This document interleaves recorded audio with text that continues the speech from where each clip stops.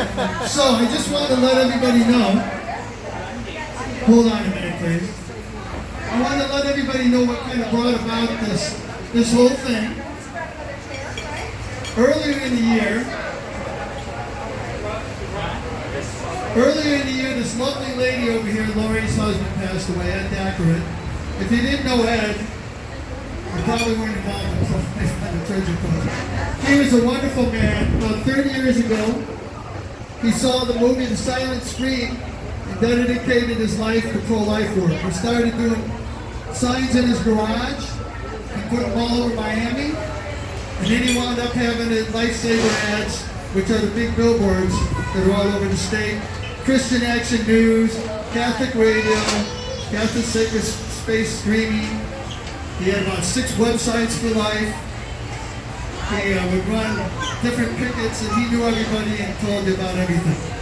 But the greatest thing about Ed is that he was just a great guy, totally dedicated. But I was going to tell my one Ed story. I was going to Mass one day at St. Martin de Porres, and I had to use the restroom.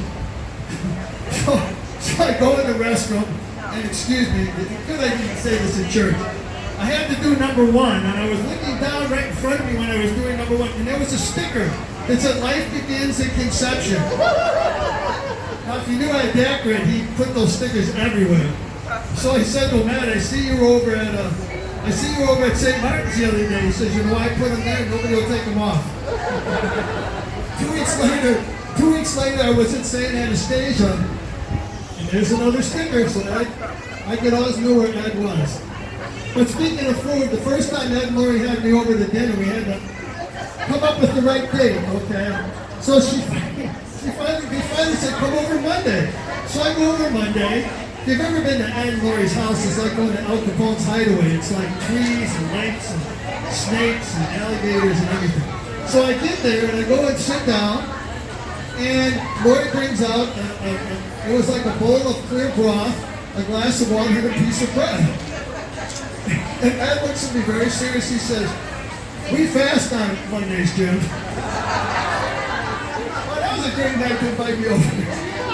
So after that, I always wanted to call him Fast Eddie, like the character in the Minnesota Fats movie. But he said, no, I don't want anybody to get the wrong idea. So we decided to have something, and it was just a matter of the date, and when to have it. And then all these other wonderful people passed away. Not long after that, we had Charlie Green. Those of you who come out to Planned Parenthood, Charlie was there every Wednesday. And Stuart before that.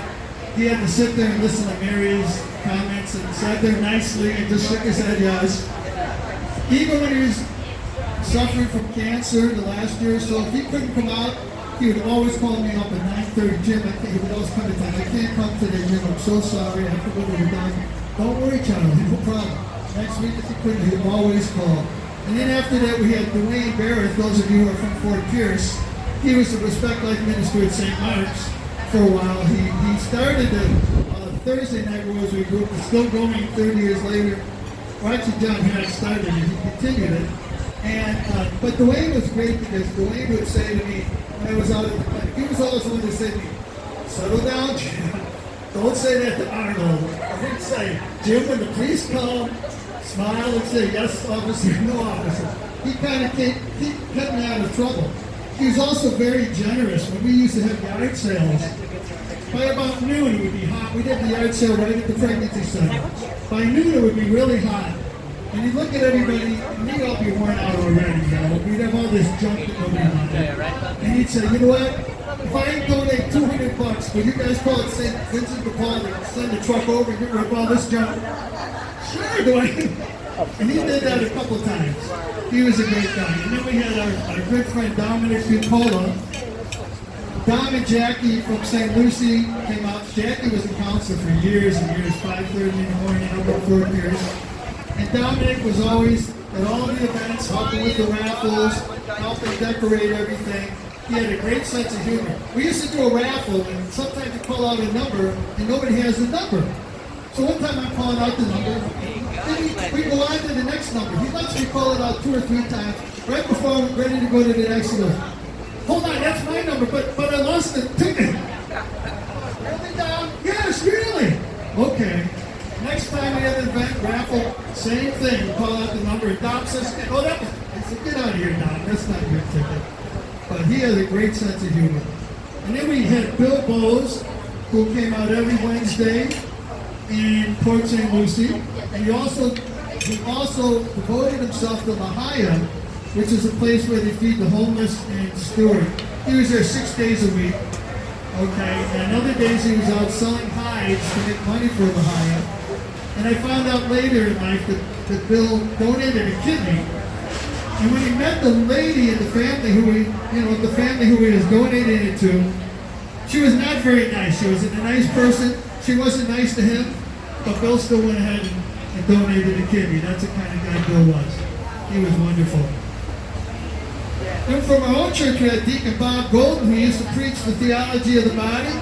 And if you follow that, you're not going to get in trouble with any of these kind of things. In Vero, just a little over a year ago, we had Jackie DeGance. Jacqueline used to come out and pray in Fort Pierce. Okay.